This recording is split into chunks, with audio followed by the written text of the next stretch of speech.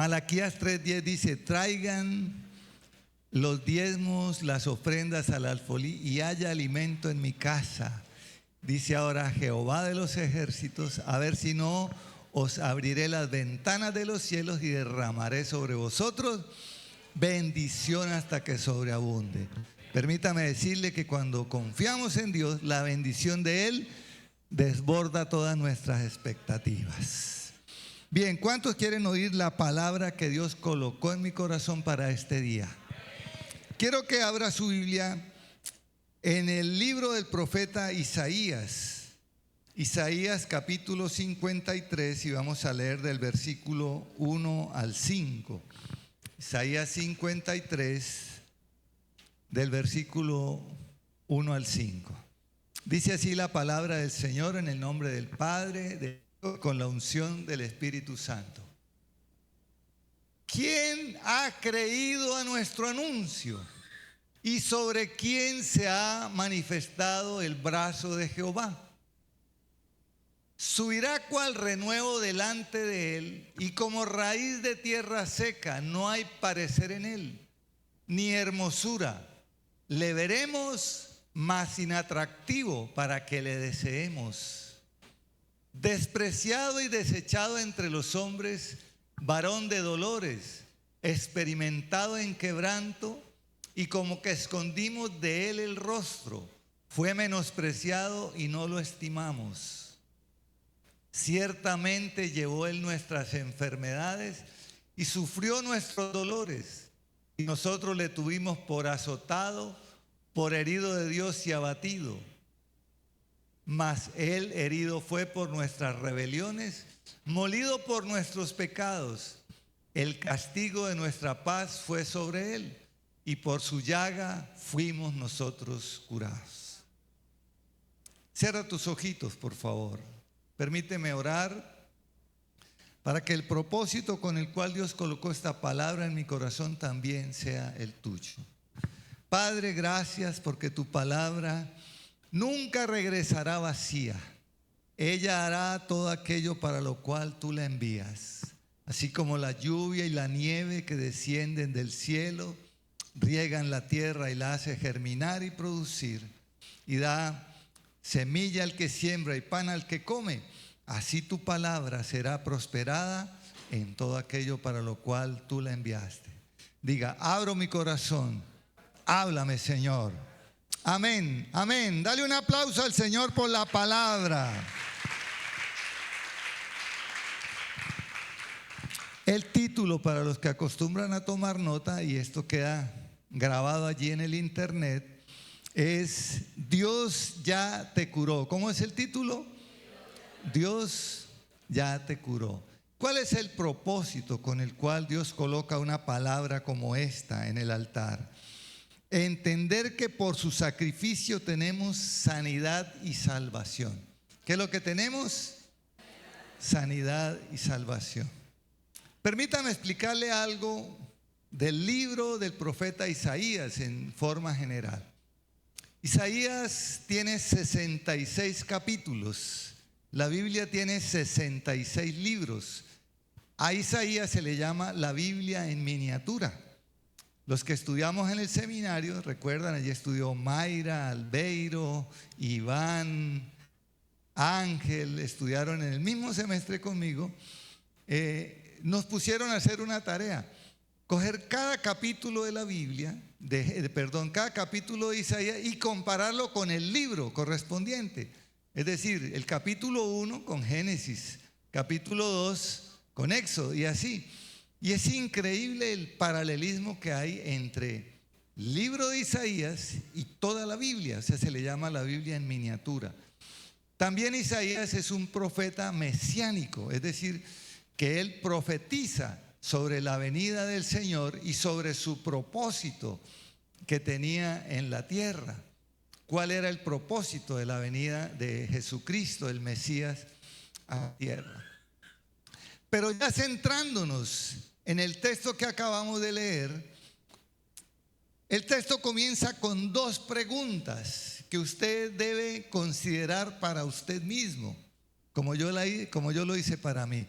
Por favor, colóqueme nuevamente el versículo 1, Isaías 53:1, porque estas dos preguntas nos van a guiar en el desarrollo de este pasaje. Primero, ¿quién ha creído a nuestro anuncio? Fíjese que quien pregunta, pregunta en plural. Dios hablando, ¿quién ha creído a nuestro anuncio? ¿De qué se trata esto? Se trata de fe. ¿De qué se trata? De fe. Dice en la Escritura que el que se acerca a Dios debe creer que le hay. Eso dice en Hebreos 11:6, creo. 11:6. 11:4 es la fe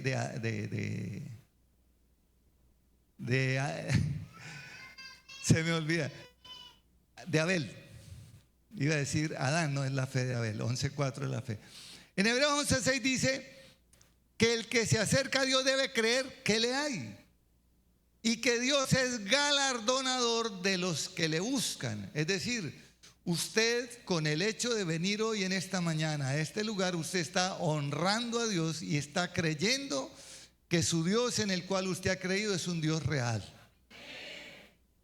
Porque hay muchos dioses con minúscula en los que la gente coloca su confianza, pero son dioses hechos de madera, de metal, de barro, de bronce, pero aunque tienen oídos, no oyen. Usted se puede ensordecer gritándole a una estatua que le responda y ella no le va a responder. Pero el Dios tuyo y el Dios mío tiene oídos que oye y responde a tu oración. Entonces, cuando aquí hace la primera pregunta, ¿quién ha creído nuestro anuncio? Está hablando a un pueblo que tiene fe. Es necesario tener fe para poder ser beneficiario de todas las promesas que están escritas en la Escritura, que son tuyas y mías, y yo me apropio de ellas por la fe. La fe es un don que Dios nos da de manera natural. Hay una fe natural con la que todos nacemos. Todos tenemos fe, porque si no, pues nos perderíamos en la desesperanza. Dios nos da una fe natural y ella debe ir creciendo. Los discípulos le dijeron al Señor, aumentanos la fe. ¿Por qué los discípulos le preguntaron o le pidieron al Señor que les aumentara la fe?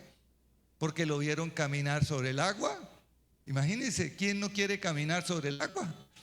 Lo vieron sanar leprosos, lo vieron devolverle la vista a los ciegos, sanar a una mujer de flujo de sangre, resucitar muertos, multiplicar panes y peces. Oiga, cualquiera quiere tener esa fe. Entonces ellos le dijeron, Señor, aumentanos la fe. ¿Será que es posible que nosotros multipliquemos la fe que tenemos? Sí, es posible. El mayor limitante de nosotros mismos somos nosotros mismos. ¿Sabía que lo que usted se pueda imaginar y pueda creer, eso es? Hay gente que sus limitaciones son mentales. Ellos dicen, no puedo, y no pueden. Pero si usted dice, yo puedo, usted busca la manera, pide ayuda a Dios y Dios se la da. O sea que se tiene que partir que debe haber una fe. Usted debe creer que el Dios suyo y el Dios mío nos puede ayudar y nos puede soportar en todo lo que nosotros necesitemos. O sea que el mensaje es para usted y para mí, porque aquí pregunta, ¿quién ha creído a nuestro anuncio? Entonces yo vuelvo a preguntar y usted va a decir yo. ¿Quién ha creído a nuestro anuncio? Entonces estoy delante del público correcto. Y hay una segunda pregunta que está allí. En el versículo 1 dice, ¿y sobre quién se ha manifestado el brazo de Jehová? Déjeme explicárselo para que usted pueda responder con coherencia y no vaya a responder por responder. ¿Sobre quién se ha manifestado el brazo de Jehová? Entonces voy a decírselo en palabras más cucuteñas. ¿Quién ha recibido un milagro de parte de Dios? Ah, cambia la cosa, ¿cierto? O sea, todos de alguna manera hemos recibido un milagro de parte de Dios. Yo he recibido muchísimos milagros de parte del Señor, muchísimos, que no tendría todo el día para contárselos, pero voy a resumirle uno. El hecho de que yo esté hoy parado en este lugar fue porque Dios hizo un milagro en mi casa y rompió toda incredulidad y toda duda, porque yo era ateo antes de conocer del Señor. Yo pasé de ser ateo hoy y mañana era cristiano, amador del Señor, que lo amo, y entendí que me había guardado de tantas ocasiones de muerte porque tenía un propósito para mi vida. Yo he experimentado el brazo de Dios sobre mi vida. Yo he visto cómo me ha guardado. Recuerdo que cuando era niño, los niños tienden al ocio, a hacer cosas atrevidas. Estábamos en una pared de, póngale, 2,5 metros, 2 metros, qué sé yo, con un primo. Los dos sentados en la pared, y del otro lado era un lote vacío que habían piedras. Y yo recuerdo que en un momento, hablando con el primo, yo no sé cómo yo me fui para atrás, iba directo a desnucarme, y el primo me detuvo, me agarró y me salvó.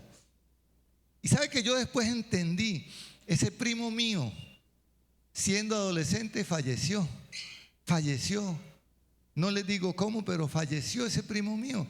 Cómo Dios guardó mi vida y la del primo se la llevó, porque había propósitos en la vida mía. Yo lo entendí después, que Dios guardó nuestra vida de tantos peligros de muerte porque había propósitos en nuestra vida. Y es lo que usted debe entender, que si usted está vivo hoy, sobrevivió al COVID, sobrevivió a tantos atentados, sobrevivió a qué sé yo, enfermedades, diagnósticos, es porque Dios tiene propósitos en su vida.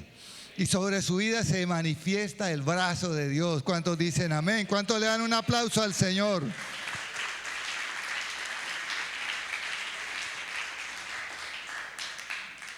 Pero para ir un poquito más allá, para nosotros poder entender qué es lo que Dios quiere hacernos conocer a través de la Escritura, debemos pensar por un momento en el amor de Dios. ¿Cuál fue la razón que Dios tuvo para crear una humanidad que Él sabía que se iba a rebelar contra Él? O sea, si Dios es omnisciente, todo lo sabe, todo lo conoce, todo lo puede, ¿cómo creó al ser humano? Si Dios en sí mismo tiene contentamiento, Dios no necesita de nada. Padre, Hijo y Espíritu Santo, ellos tres son un solo Dios que tienen contentamiento en ellos. ¿Cómo? El día que estemos allá lo vamos a entender, cómo es un solo Dios, pero son tres personas. Usted no se mate la cabeza cuestionando eso. Sencillamente, ese es nuestro Dios. Hay cosas que no alcanzamos a comprender, pero que sin embargo no las comprendamos, ellas son. Y nuestro Dios nos ama, y esa es la razón por la que creó al hombre. Y se dio tantos dolores de cabeza con el hombre. Voy a ponerle un ejemplo.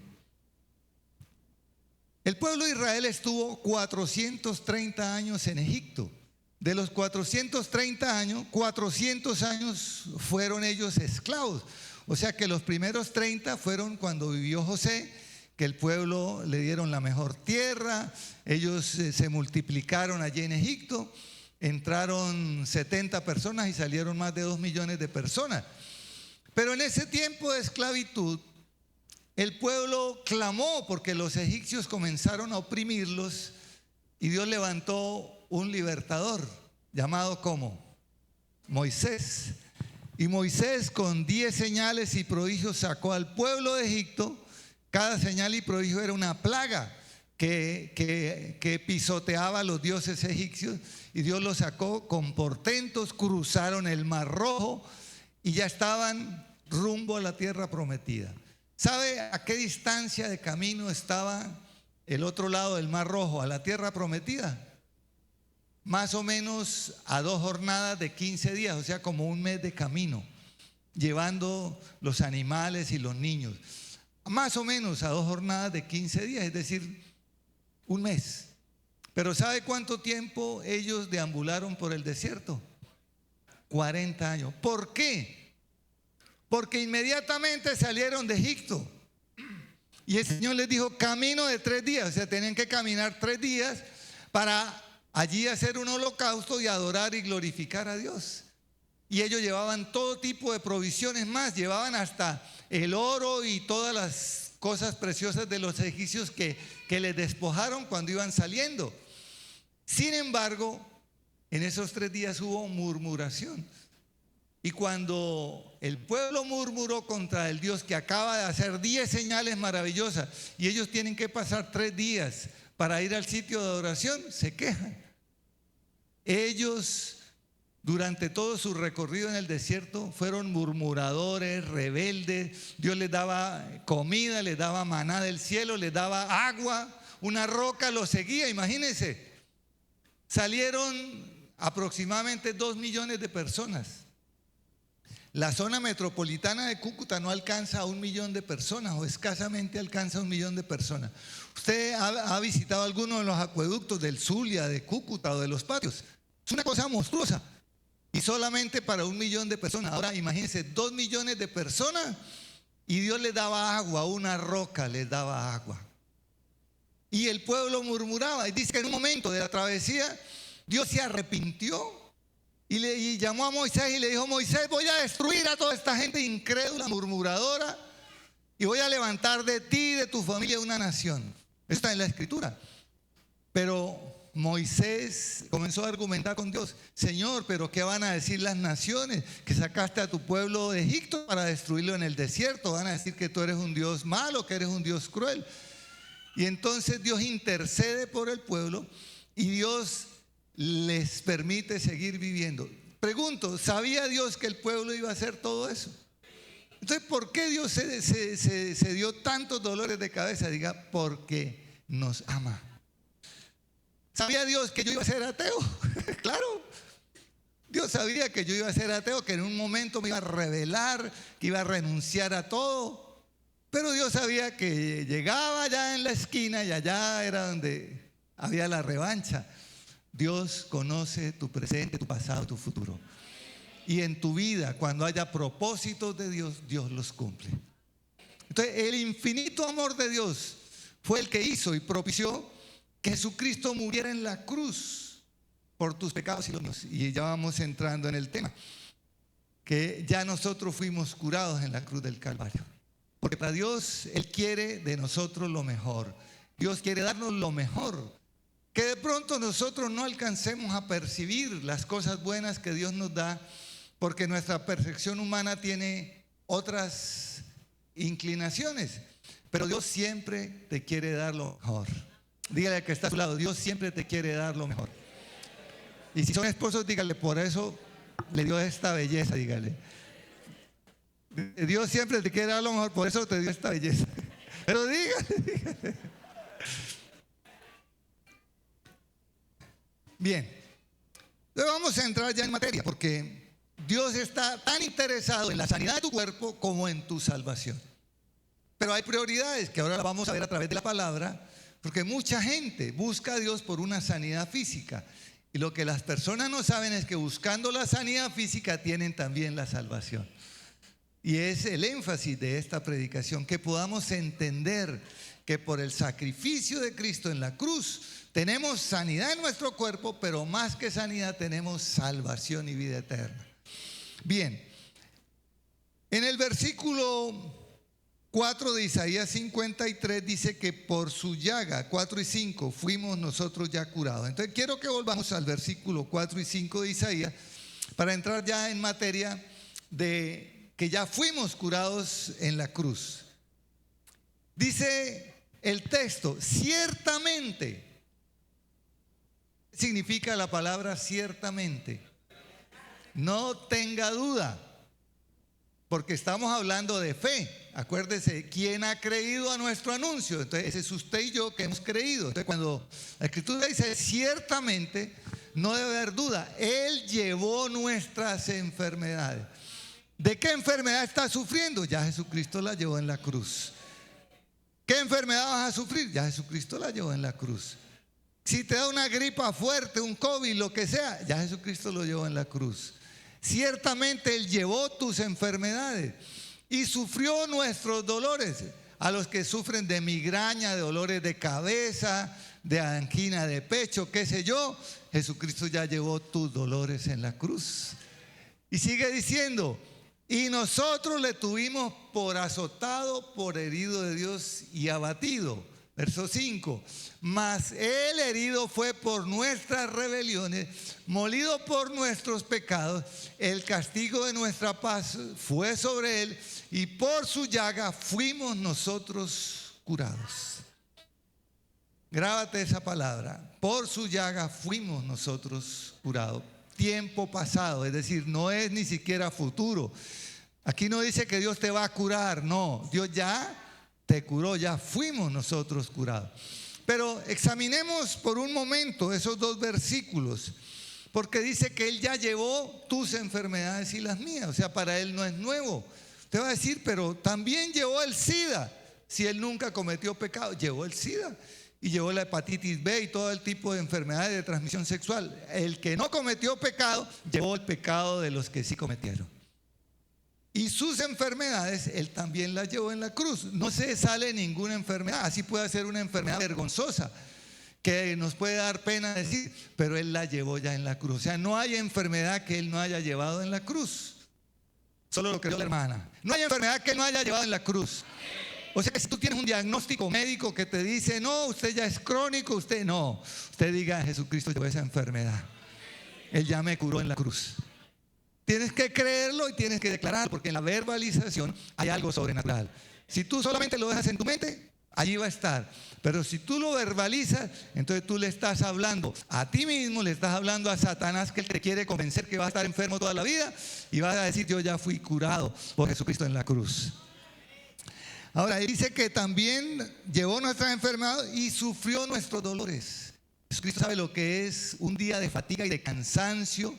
Él sabe lo que es un dolor de espalda por alzar algo pesado, porque recuerda la profesión de él, carpintero. Y en esa época los bancos de madera son como los de ahora, grandes. Y un banco de madera había que echárselo al hombro y caminar una distancia grande, y luego con un serrucho. No había como hoy sierras eléctricas. ¿Tú sabes lo que es serruchar un banco de madera? Yo sé, porque mi papá fue carpintero.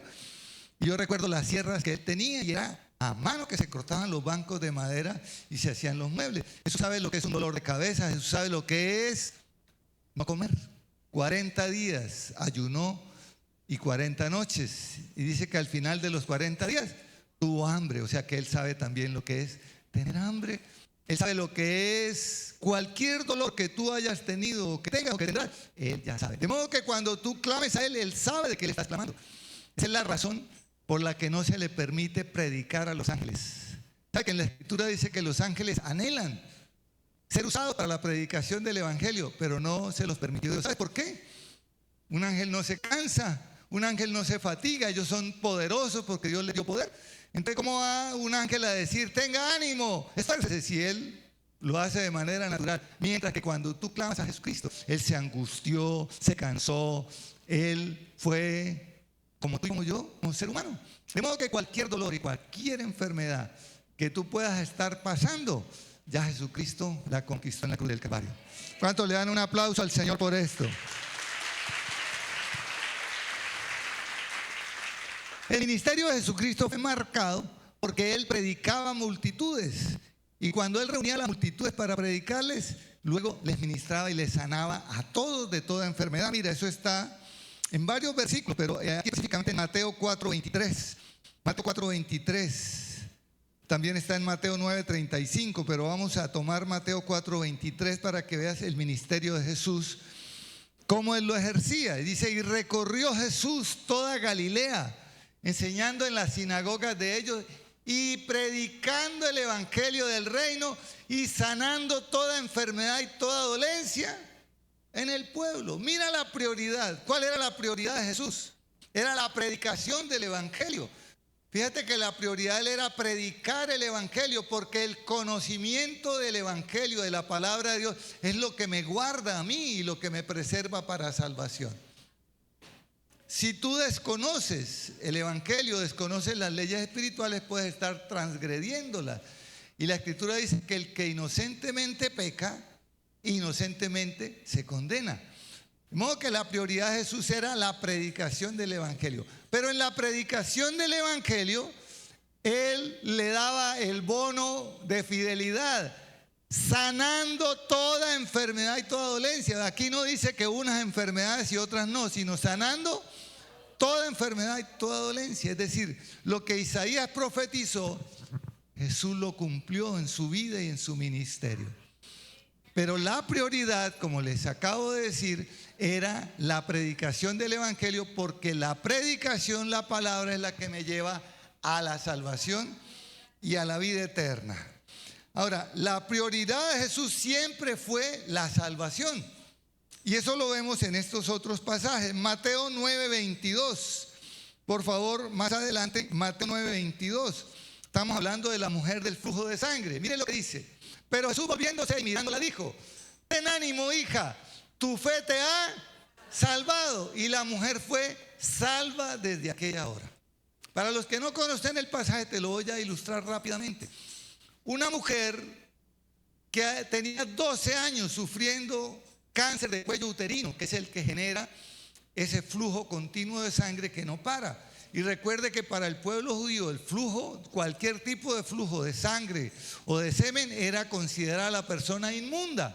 O sea que es una persona que socialmente era apartada, era despreciada por su flujo de sangre, además del olor y además de que en ese tiempo no había como ahora toallas higiénicas tan absorbentes y tenían que usar paños, trapos. Y imagínense esa mujer comprando y lavando sus trapitos. Dice que 12 años se había gastado toda su fortuna, o sea que era una mujer rica que se había empobrecido por la enfermedad.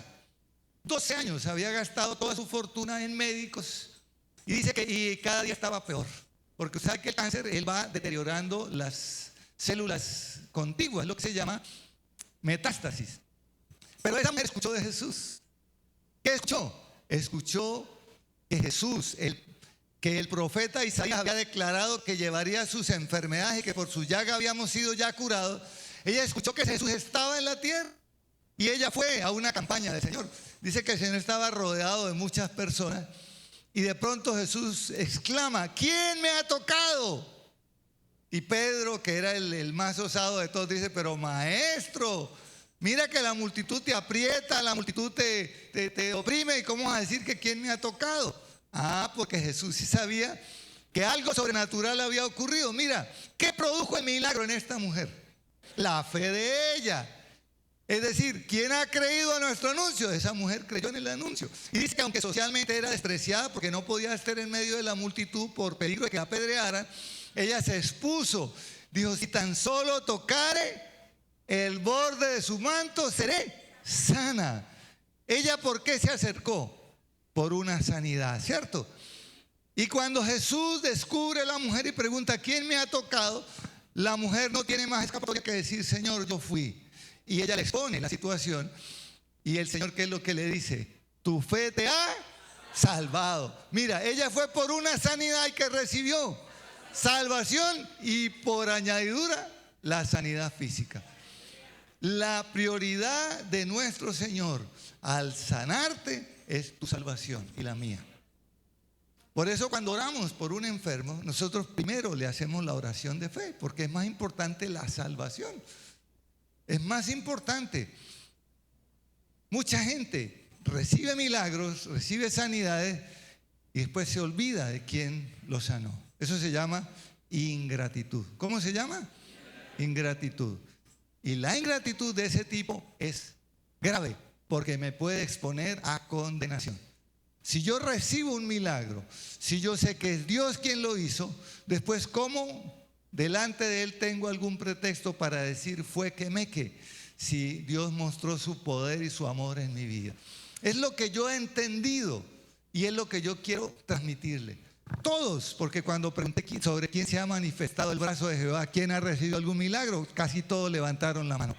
Y si no lo has recibido un familiar tuyo o has orado por alguien y has sido sanado. O sea que no tenemos pretexto ni excusa para dudar del amor y la misericordia de Dios que se ha extendido para nosotros.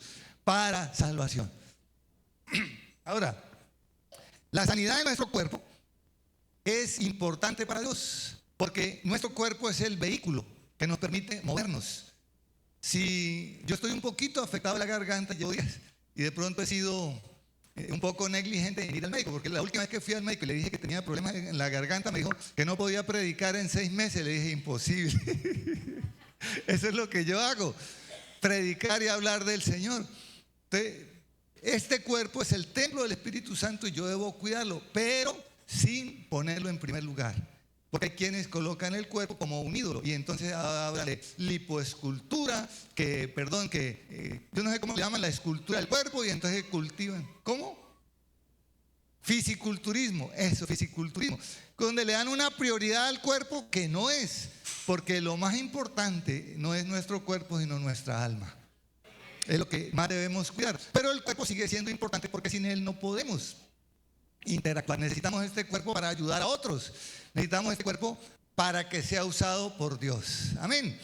Ahora, mira la promesa que Dios dio a los que hemos creído en Él. Y eso está en Juan 14, 12. Acompáñame a Juan 14, 12 y 13. Juan 14, 12 y 13.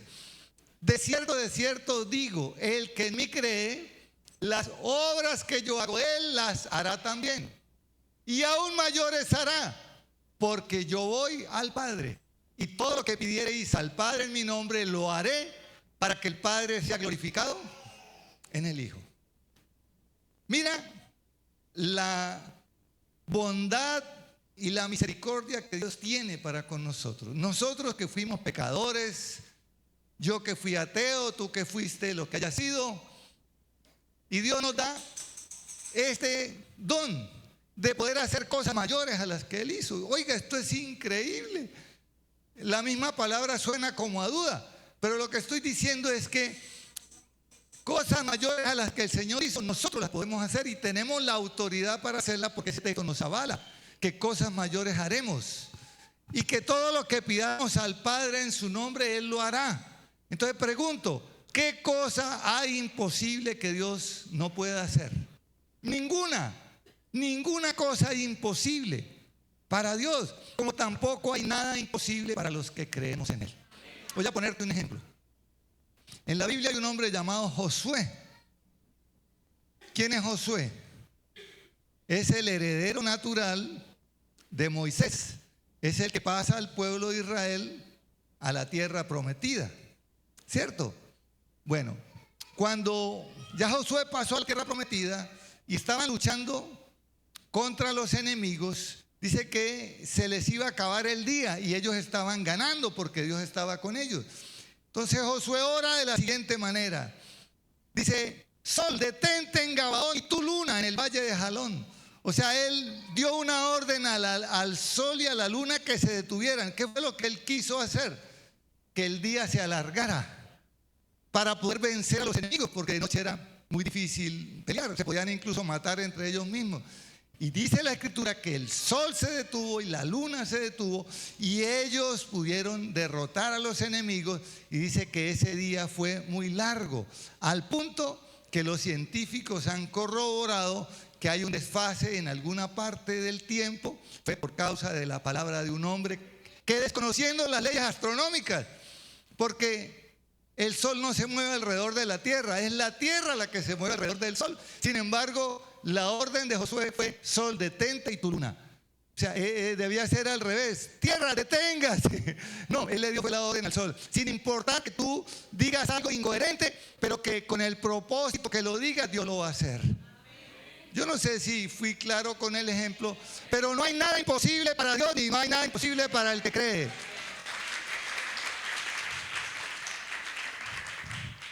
En Argentina hay un hombre de Dios, yo no sé si todavía viva, y estoy tratando de acordarme el apellido, que en el tiempo en que estaban todos los evangelistas famosos, y él era un cristiano común y corriente de la iglesia. Ya Anacondia, Carlos Anacondia, ya me acordé.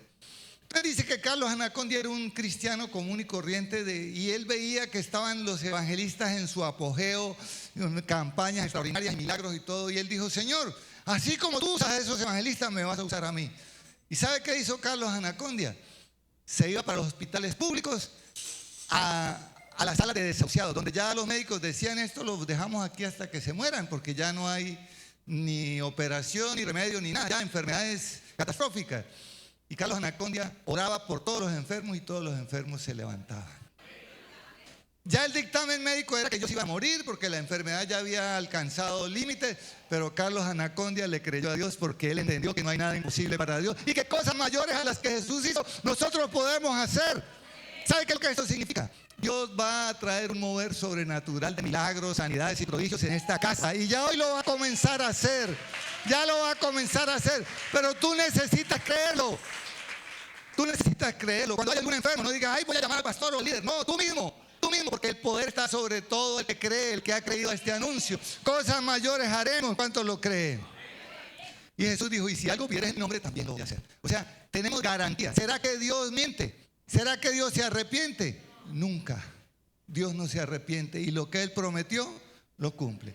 Ahora, pero como le dije al comienzo, la prioridad de Dios es nuestra salvación. Te quiero que vayamos al versículo 4 y 5 nuevamente, porque son los textos que vamos a tomar, donde vamos a resaltar que nuestra salvación le costó dolor y sufrimiento. Versículo 4 y 5, que ya leímos, pero lo vamos a volver a leer. Ciertamente llevó Él nuestras enfermedades, sufrió nuestros dolores, y nosotros le tuvimos por azotado, por herido de Dios y abatido. Vamos a hacer ahí un paréntesis. ¿Dónde fue martirizado nuestro Señor Jesucristo? Fue martirizado en el patio del sacerdote Anás o Caifás. Luego fue martirizado en el pretorio. Dice que le pusieron un traje de rey y le daban latigazos, le daban bofetadas y le decían: profetice quién le pegó. Dice que le colocaron una corona de espinas y se burlaban y le decían: ave, rey, qué sé yo. Burla, lo escupían en la cara. Eso es lo que está diciendo el texto. Él fue menospreciado, él fue ultrajado, fue herido, pero él merecía eso. ¿Quién lo merecía? Nosotros. O sea que lo que Jesús hizo fue un acto supremo de amor. Siendo nosotros los que merecíamos el castigo, Él lo sufrió por ti y por mí, y nosotros le tuvimos por azotado. ¿Por qué el escritor, que es el profeta Isaías, dice: nosotros le tuvimos por azotado? Porque para los judíos ser colgado en un madero era símbolo de maldición. ¿Era símbolo de qué? Maldito todo aquel que es colgado en un madero. Entonces Jesús, el Hijo de Dios, el que no cometió pecado, se hizo maldición, pero por tu pecado y por el mío, que sí merecíamos estar en un madero. Pero fíjate la bondad y la misericordia de Dios. Dicen: por herido de Dios y abatido, porque fue Dios el que propició. Y aquí te quiero explicar algo legal. La paga del pecado es muerte. Así dice la Escritura: la paga del pecado es muerte. Y dice también que sin derramamiento de sangre no hay remisión de pecado. Es decir, el Dios justo, el juez justo del universo, que es nuestro Dios, exige del pecado muerte. ¿Qué es lo que exige del pecado? Muerte, porque la paga del pecado es muerte. Dios no puede violar sus propias leyes. ¿Sabías eso? Dios no las viola. ¿Cómo Dios pudo superar esa ley que Él mismo había declarado de que la paga del pecado era muerte? Si todos nosotros pecamos, ya todos nosotros merecíamos morir. Entonces Dios ideó el plan. Mi hijo voluntariamente aceptado es el que va a sufrir el castigo y va a pagar el precio de los pecados de la humanidad. Oiga, me parece el acto supremo de amor que Dios haya tenido por nosotros, sabiendo que nos íbamos a descarriar, sabiendo que íbamos a hacer lo que fuimos. Ofreció la vida de su Hijo, lo más preciado, para que tú y yo pudiéramos tener la oportunidad de salvarnos. Fíjate hasta dónde llega el amor de Dios, que ofrece lo más preciado para que tú y yo, que para nosotros mismos podemos ser insignificantes, pero para Dios somos importantes. ¿Sabías que tú eres importante para Dios? Ahora, en el versículo 5, Isaías 53:5. Isaías 53:5. ¿Qué dice? Mas Él herido fue por nuestras transgresiones, molido por nuestros pecados. El castigo de nuestra paz fue sobre Él. Vamos a dejarlo hasta ahí. Jesucristo pagó legalmente para Dios el precio que merecían tus pecados y los míos. O sea, delante de Dios a través del sacrificio de Jesucristo, tú y yo somos declarados inocentes. Mira lo maravilloso. Los que saben de derecho saben que las leyes se cumplen, y para poder argumentar contra una ley yo tengo que presentar pruebas. La Escritura dice que Jesucristo en la cruz clavó todas las actas de decretos que nos eran contrarias, es decir, todos los pecados que cometimos, con los cuales le dimos autorización a Satanás para saetearnos. Jesucristo los cogió y los clavó en la cruz, dice, triunfando sobre las potestades y los principados, y Él conquistó para ti, para mí, la libertad, o mejor, la salvación, o mejor, el ser declarados justos e inocentes. Y esto es lo que nos da a nosotros derecho a la salvación y a la vida eterna, porque cualquier pecado que hubiéramos cometido, Jesucristo lo llevó en la cruz. Pero ¿cuál es el requisito para poder ser beneficiario de esa bondad tan grande de Dios? Arrepentimiento. ¿Cuál es el requisito? Arrepentimiento.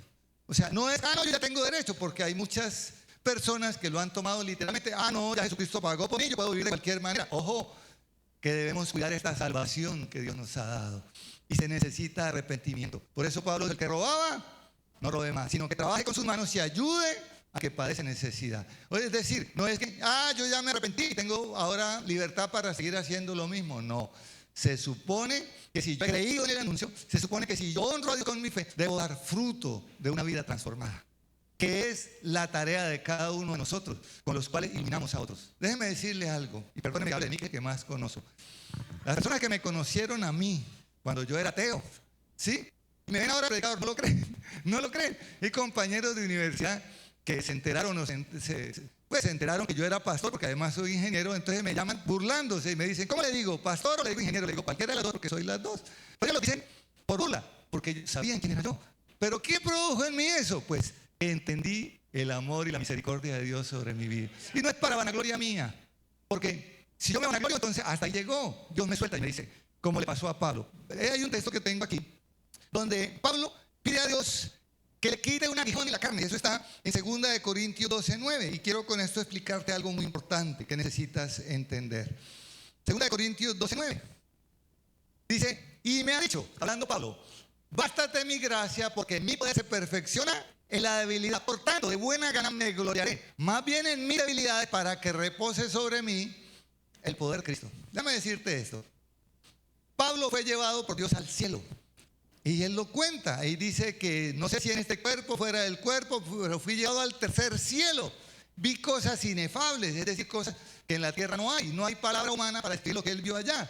Entonces dice, pero para que yo no me exaltara, para que yo no me creyera más que todos, por haber estado en el cielo, porque quienes van allí a Cuba ya llegan hablando diferente. Entonces Pablo entendió eso, que él no podía exaltarse, dice, y él entendió que para que él no se exaltara, Dios le colocó un aguijón en la carne. Algunos dicen que era una enfermedad en los ojos, otros dicen que era cojera, qué sé yo, una enfermedad. Y él rogó a Dios 3 veces. ¿Y cuál fue la respuesta de Dios? Bástate mi gracia. Escúcheme bien esto. Pablo era un hombre por el que Dios hizo milagros, fundó iglesia, es el teólogo del Nuevo Testamento, nos dejó toda la doctrina molidita para que nosotros entendamos. Sufrió una enfermedad. Los médicos también se enferman. Y él oró a Dios, había él sanado y resucitado personas, y él oró a Dios, y Dios no sanó. Se va a decir, oiga, pero raro, ¿no? Pero ¿sabe por qué? Porque Dios quería que Pablo siempre estuviera humilde y sujeto a él. Habrá cosas que Dios no nos va a dar, porque sabe que si nos las da, nosotros nos vamos a exaltar, y para Dios más importante que la sanidad del cuerpo es nuestra salvación. Yo creo que es muy claro. Ahora, Jesús dijo unas palabras muy, pero muy puntuales. Dijo, si tu mano, si tu ojo te es ocasión de caer, de pecar, ¿qué tienes que hacer? Sácalo, córtala, porque es mejor entrar tuerto, sin un manco, al reino de los cielos, que todo tu cuerpo ser echado en el infierno. ¿Por qué te digo esto? Porque es una advertencia que nos dejó el Señor. Habrá muchos que recibieron milagros del Señor y no entendieron el propósito y vivieron de cualquier manera, y van a enfrentarse después con una realidad eterna terrible para sus existencias. Los milagros, las sanidades, son el poder de Dios, la mano de Jehová sobre su pueblo. Nadie puede negar el poder de Dios después de que lo ve. Me acordé de esto. ¿Cuántos recuerdan los diálogos de La Habana? Los diálogos de paz de La Habana, en el proceso de presidente Santos. Allí, acompañando esos diálogos, estuvo un pastor norteamericano llamado David Spencer. Eso lo puedes consultar. David Spencer fue a La Habana porque fue el que propició los diálogos entre guerrilleros y paramilitares allá en el sur de Colombia. Y Dios lo usó para tocar a esas personas, porque Dios también ama a los guerrilleros y ama a los paramilitares porque son seres humanos, mas no ama lo que hace. Y los diálogos de La Habana, dice David Spencer, que había una guerrillera que le habían sido amputados los dedos de un pie, todos los dedos de un pie, ellos los tenían amputados por una mina personal. Él llevó a un pastor norteamericano, que el pastor lo por la guerrillera y los dedos le volvieron a salir. Eso lo cuenta David Spencer de lo que ocurrió en los diálogos de La Habana. Yo pregunto, ¿será que eso no fue notorio para todos los que estaban negociando de las FARC allá en La Habana?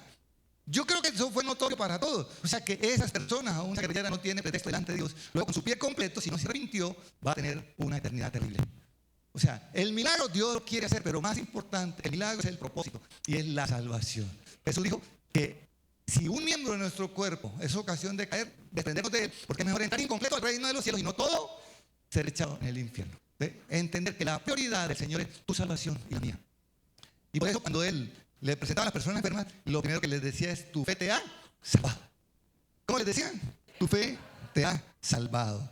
Y es lo que Dios dice en esta mañana: tu fe te ha salvado. Y lo que viniste a buscar, el milagro, también lo tiene, porque viene dentro del paquete. Voy a hacer una invitación. Nunca yo había predicado este texto, nunca. El Señor me invitó en esta semana a hacerlo. Había muchas personas, hermanos enfermos. Cuando alguien es enfermo, yo doblo mis rodillas por ellos. Si puedo llamarlos, los llamo. Y estoy pendiente de esto. Pero Dios me invitó. Esto no es solamente de pastor, sino de toda la iglesia, que podamos orar por los enfermos y ellos sean sanados. Voy a hacer una invitación. Todos los que necesiten un milagro de sanidad física de su cuerpo, pasen al frente, por favor, pasen al frente. Todos los que necesiten